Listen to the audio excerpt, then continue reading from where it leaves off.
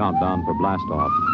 X minus 5, 4, 3, 2, X minus 1, fire.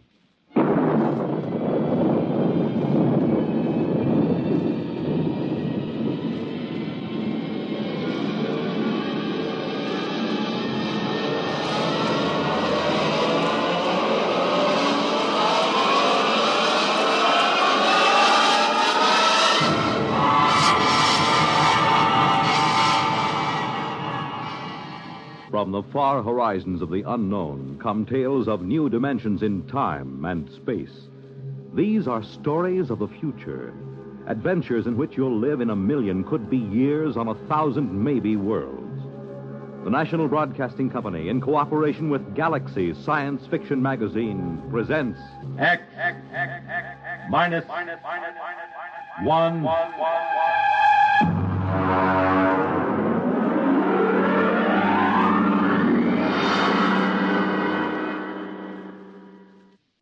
Tonight, the time is the late 1960s. The place, Washington, D.C. The story, Honeymoon in Hell.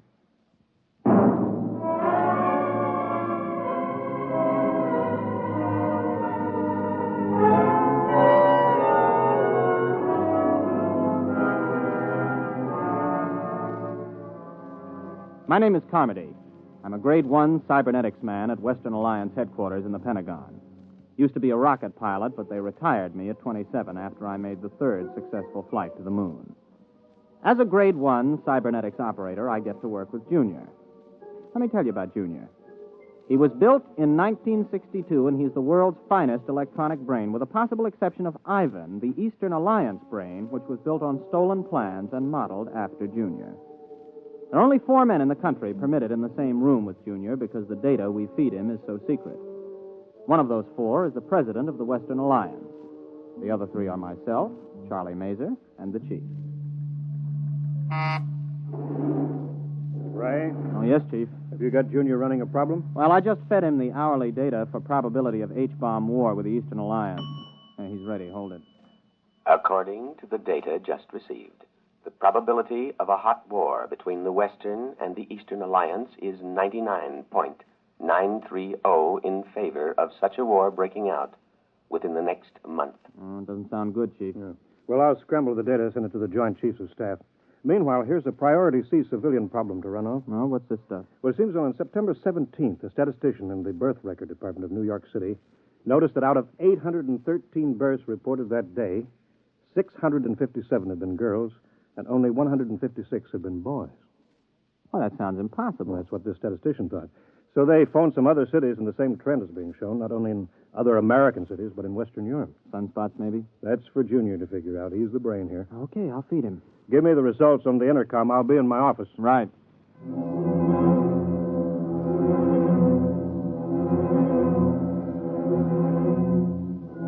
I didn't really pay much attention to the problem at the time. As a Grade 1 operative, I was more interested in asking Junior questions on security, ballistics, missiles, rocketry, and so on. The Eastern Alliance would undoubtedly have traded 3 puppet governments and the tomb of Lenin to have an agent as a Grade 1 operative. But I took the birth statistics and fed them in and waited. Junior, incidentally, responds to vocal stimuli. Speaks 12 languages. Got the answer, Junior? I have. Okay. The present statistics, if the trend is projected for another day, indicate a definite, dangerous imbalance. If the trend is irreversible, unless new methods of reproduction are developed, the population of the United States and Western Europe will die out in 1 1/2 generations.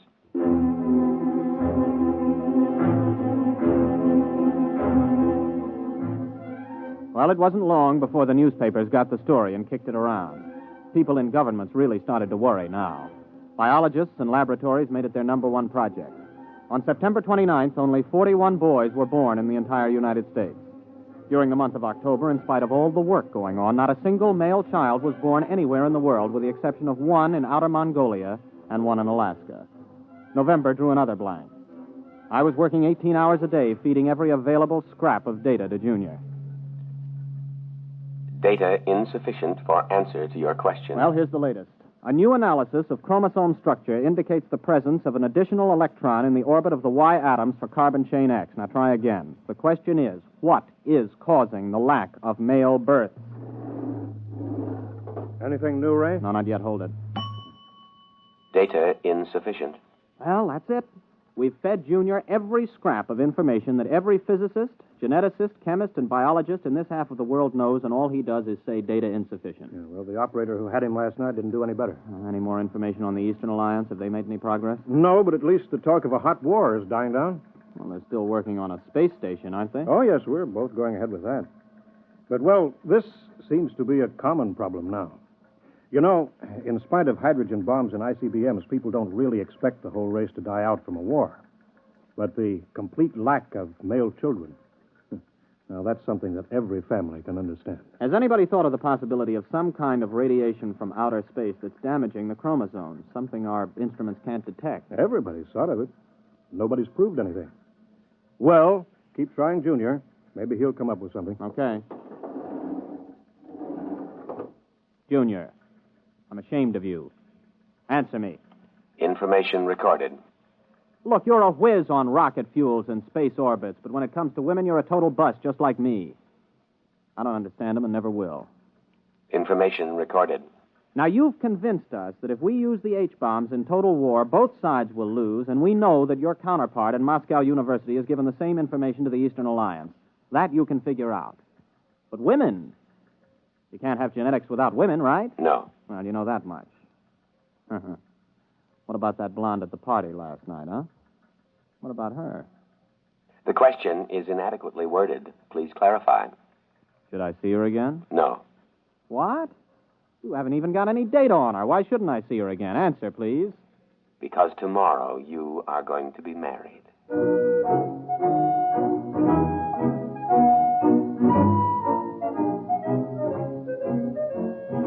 Well, I almost jumped out of my chair. Junior had gone stark raving mad. Besides, Junior never made predictions unless he had some definite data. There wasn't a woman on Earth I had the slightest interest in marrying. I was a confirmed bachelor. So, unless somebody else had been feeding phony data into Junior, which was almost impossible since he already had enough data to check any flaw, well, I figured he'd blown a transistor. Come in. Oh, Chief, I was just going to tell you Oh. Ray Carmody, this is the president of the Western Alliance. Captain Carmody, Mr. President. Glad to meet you, Captain. Oh, I'm very honored, sir. The president came here specifically to talk to you, Ray. To me? Captain Carmody, you have been chosen to have the opportunity to volunteer for a mission of extreme importance. Now, there's much danger, but not as much as on your previous trip to the moon. Previous trip, sir? And this involves another? The flight to the moon, Captain, will be the least important part of your mission. What's at stake here is the survival of the human race. Chief, perhaps you'd better explain the rest. Mm-hmm. Well, you know the problem, Ray. Last night when Mitchell was on, we fed Junior some new data, and we asked some new questions. For example, we asked if the lack of male birth could be due to some extraterrestrial enemies of man. Well, Martians? Possibly. We established that it's possible that Martians have landed somewhere on Earth and set up radiation that causes all children to be females. Junior said it was possible? Definitely. So we asked him the next question. How could we correct such a situation? Mm-hmm. What did he say? Junior suggested that a married couple spend a honeymoon on the moon and see if circumstances are different. Oh, I see. You want me to pilot them there? Well, not exactly, Captain. Oh, good grief. You mean you want me to... Well, Junior wasn't crazy after all. You asked Junior? He said I was getting married, but...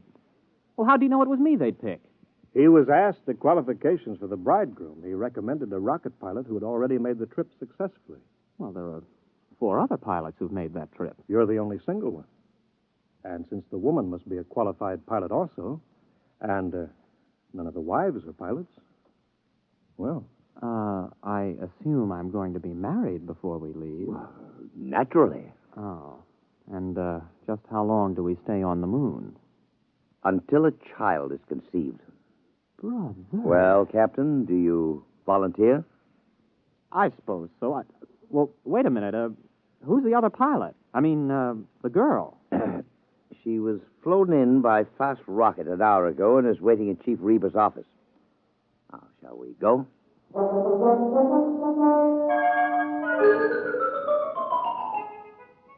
There were some officials there, and a justice, and my bride. She was small, dark, slender, and very attractive. I was so busy looking at the way she filled out her uniform in just the right places that I almost overlooked the fact that she was dressed like an Eastern Alliance pilot. Captain Ray Carmody, may I present Lieutenant Anya Borisovna? You mean this is... an enemy pilot? Pleased to meet you, Captain. Yes, I'm pleased to meet you. Mr. President, Captain, this marriage is being done on an international basis for important diplomatic reasons. Both alliances have been advised by their cybernetic machine that the experiment, if it is to benefit humanity, must bring all the major powers together. Miss Borisovna is 24, an experienced rocket pilot like yourself, and quite attractive, if I do say so myself. Thank you, Mr. President. Now, if you're both ready, the Chief Justice of the Supreme Court will perform the ceremony. Well, there's just one thing, Mr. President. Miss Borisovna, would you marry me? Yes. And you may call me Anya. Okay. Mr. President, we're ready.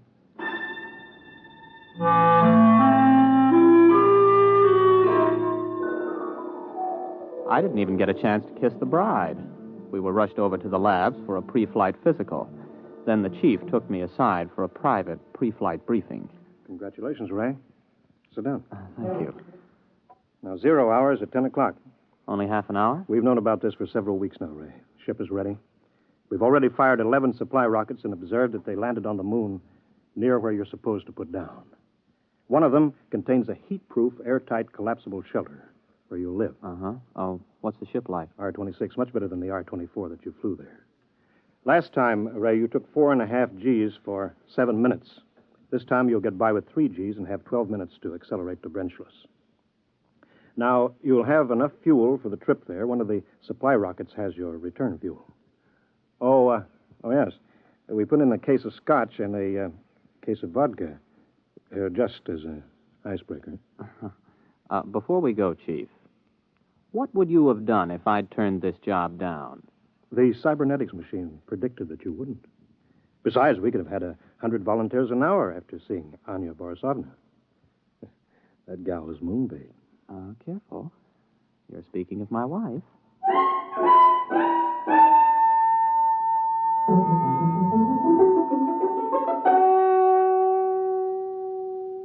Tower to R-26. Are you both strapped in? Anya, you strapped into the webbing? Yes. Okay, Chief. The time is X-15. I have a message from the President. Quote, "The people of the world are watching. Don't fail them. I have messages from the Soviets, the Chinese, the British, the Indians, all wishing you well. You are the hope of mankind, and all mankind unites as it has never before united in giving you its blessings. We await your return anxiously." Unquote. X-5. 4, 3, 2, X-1. Blast off.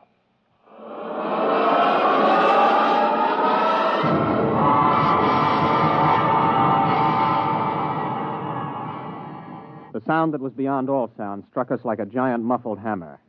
It built up until we weighed 480 pounds, pressed flat against the webbing. Sound and pressure went on and on interminably. Then we reached Brenchless, free of the pull of Earth. I blacked out.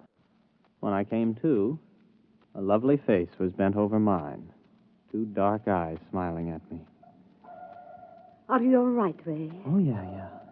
Are we weightless? Yes. I shut off the fuel. We won't need it until we land. Oh, thanks. If you would teach me, I could help you land the ship. Oh, I've never been to the moon. Well, sure. Just slide over here to the control panel. All right. Like this? Oh, that's fine. We've got about 4 hours Earth time to get acquainted. Have you known many women? A few. Have you had any boyfriends? One or two. Well, I was never really serious about anybody. Oh. You, have a family? Yes. In Magnitogorsk. Oh. I'm from Brooklyn. How long have you been a rocket pilot? Oh, since I was 18. I'm 27. I'm 24. I learned rockets when I was 18 also. Oh. Well, we better concentrate on the ship just now. Later on, we can talk about ourselves more. Meanwhile, though, I hope you're not sorry. I mean, about this business. I guess it isn't very romantic. I'm not sorry.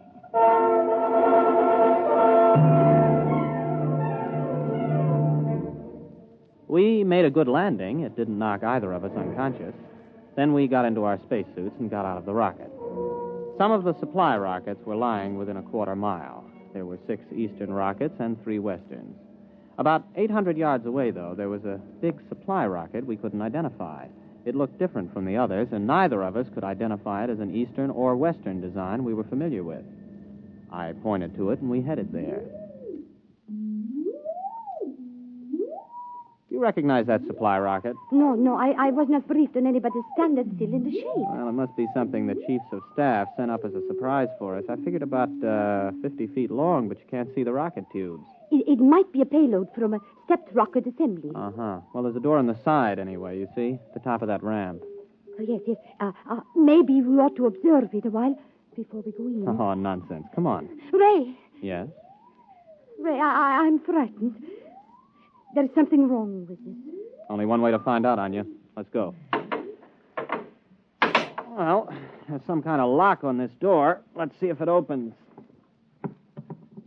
Well, that was easy. It's lighted inside. Mm-hmm. Come on. Maybe they sent us a surprise cottage for the honeymoon. Special delivery to the moon. This doesn't look like anything designed for humans to live in. Ray! The door's closed behind us. Try the lock. No, it's no use. Here, let me try. Ooh, holy smoke, I can't get it open. Do you have a gun? No, I have no weapons. They would be useless anyway. Ray. Oh, look. Good grief. They look like blobs of flesh with arms and legs. About 3 feet tall. Don't make any sudden moves. That's some kind of weapon he's carrying. Precisely, Captain Carmody. Who are you? How do you know my name? My people and I are inhabitants of another galaxy. Extraterrestrial? Precisely. As for how we know your name and your language, we have been studying you since you first achieved space travel. We have intercepted your radio communications, for example. Have you been responsible for the lack of male birth? We have been beaming an ultrasonic wave toward your planet. What are you planning to do? For the moment, we will keep you aboard our ship and study you. You may remove your helmets, incidentally. We have provided an oxygen atmosphere. Can we risk it? Well, if he wants to kill us, there are easier ways. Here, help me get it off.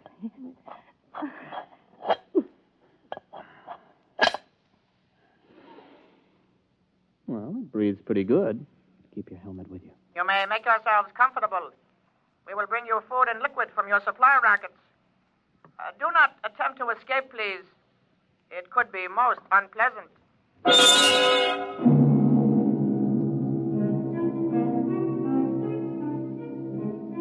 The next few days were like a nightmare. The blobs left us to ourselves except to feed us.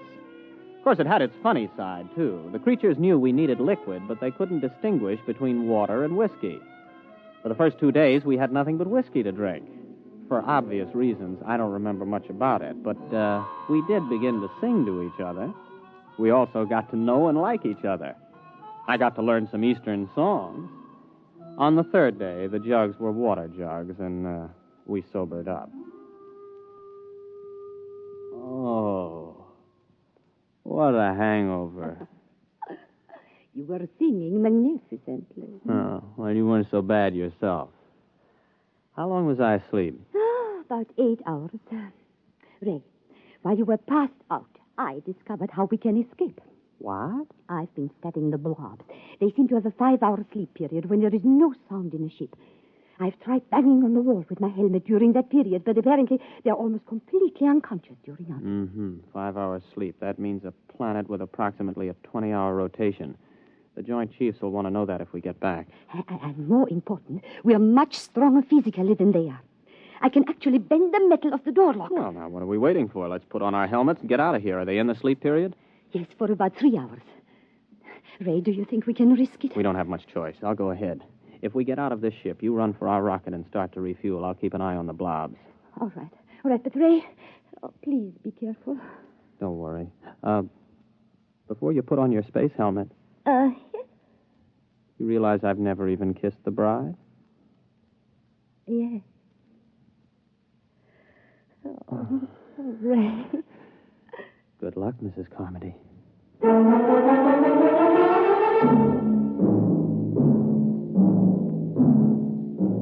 By the time I reached the ship, Anya had the rockets refueled. I jacked up the tail fins and we headed for space. When I checked our screen to see if the blobs were after us, we detected their ship heading toward the outer galaxies away from Earth. The rest was easy. In less than 24 hours, I was in the office of the President of the Western Alliance making a full report. The Eastern Ambassador was there, along with the Chief. Captain, this story is incredible. Well, I'll be glad to submit to a lie detector, Mr. President. There's one on its way. Our embassy is questioning Miss Borisovna right now to see if her story is similar. Are you positive they were extraterrestrials? I mean, couldn't they have been, Easterners? If Easterners are 3 feet tall, without bones, and look like little green blobs of protoplasm. Yes. It's for you, Ambassador Coverage. Thank you. Yes. Yes. Yes. Yes. Our woman tells the same story under scopolamine. It must be the truth. Obviously, they went back for reinforcements or further orders. If and when they get back, we've got to be ready for them. My government stands ready to cooperate fully. Excellent. We'll have to build a joint space station, get to the moon, and fortify it jointly. If we pool all scientific knowledge, military data, we may be able to do it. Our propaganda ministry has already received orders to put everything into reverse gear. Carmody, I don't know how the world can ever thank you and Miss Borisovna. You not only averted a suicidal war between the East and West, you've also managed to draw us together in a joint effort where international power politics must be a thing of the past. Well, sir, I have a request to make. Anything, my boy. By the way, your wife is on her way over. I'd like to get back to Junior to ask him a personal question before I see her again, if you don't mind. Well, it's rather odd, but I suppose if it's what you wish. Chief, would you let Captain Carmody operate the cybernetics machine alone for a few moments? Right this way, Ray, boy.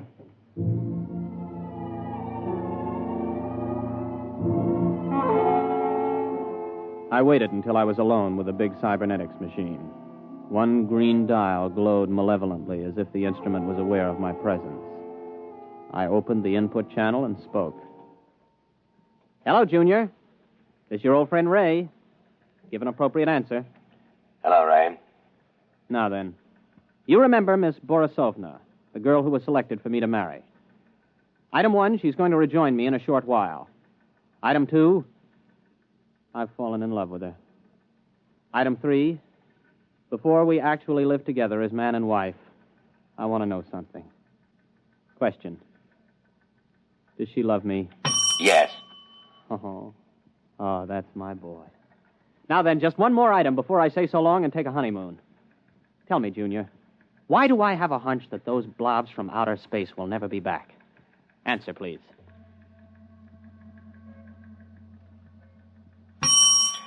Because what you call a hunch comes from your own unconscious mind. Your unconscious mind knows that the extraterrestrials do not, and never did, exist. What? Do you wish the answer repeated? I wish you to tell me why I saw them, why Anya saw them. Neither of you saw them. Amplify that answer, Junior, or I'll smash every tube in your memory bank.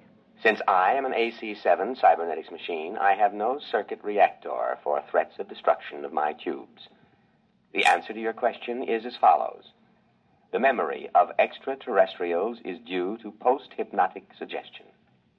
You mean I was hypnotized to find those blobs on the moon? Correct. And just who hypnotized me? I did. I hypnotized you. Oh. And Anya? A similar AC-7 cybernetics machine located at the University of Moscow. Would you explain why? Cybernetics machines are constructed to help humanity. A major war, the disastrous results of which I could accurately calculate, was inevitable unless forestalled. Calculation showed that the best way to avert that war was the creation of a common mythical enemy. Therefore, I created a situation which led to your mission to the moon. Well, wait a minute. You created the situation. Yes. Well, tell me how you did it. How did you prevent male babies from being conceived? A special modification of radio carrier wave for station JVT here in Washington, D.C., the only 24-hour-a-day radio station in the United States. The modification is not detectable by any instrument known to man at present. Well, how could you do that? You can't leave here. 1 year ago, you yourself fed me a problem. The design of a new cathode tube for radio station JVT. I modified the tube to send out a wave that would prevent male children from being conceived. So all we have to do is eliminate that tube. It will not be necessary. The tube was designed to burn out exactly 15 minutes ago. And the same thing happened in the Eastern Alliance? Precisely. 2 properly constructed machines will always arrive at the same answer to the same problem. Oh, Junior, I gotta hand it to you. But why let me in on it? It is to the interests of humanity to know the truth.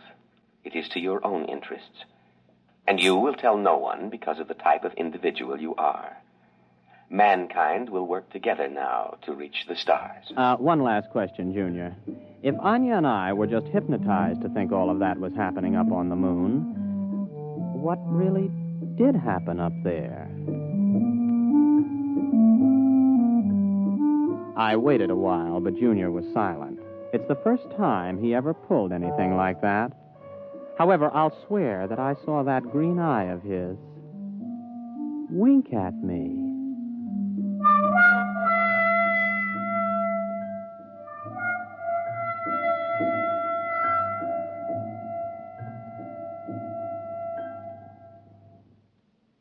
You have just heard X-1, presented by the National Broadcasting Company in cooperation with Galaxy Science Fiction Magazine, which this month features Butterfly 9 by Donald Keith, the story of Jeff, who needed a job, and a man with a job to offer, one where giant economy-sized trouble had labels like fake make, bumsy, and peakage. Galaxy Magazine, on your newsstand today. Tonight, by transcription, X-1 has brought you Honeymoon in Hell, a story from the pages of Galaxy written by Fredric Brown and adapted for radio by George Lefferts. Featured in the cast were William Redfield, Vilma Curer, Wendell Holmes, Charles Penman, Leon Janney, Roger DeKoven, and Jack Grimes. Your announcer, Fred Collins. X-1 was directed by Daniel Sutter and is an NBC Radio Network production.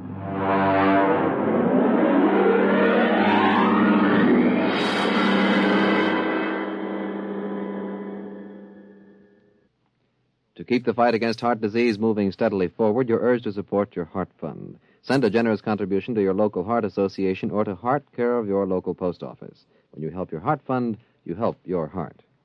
Hear the latest up-to-the-second news with Frank Blair, weekday mornings on most of these stations.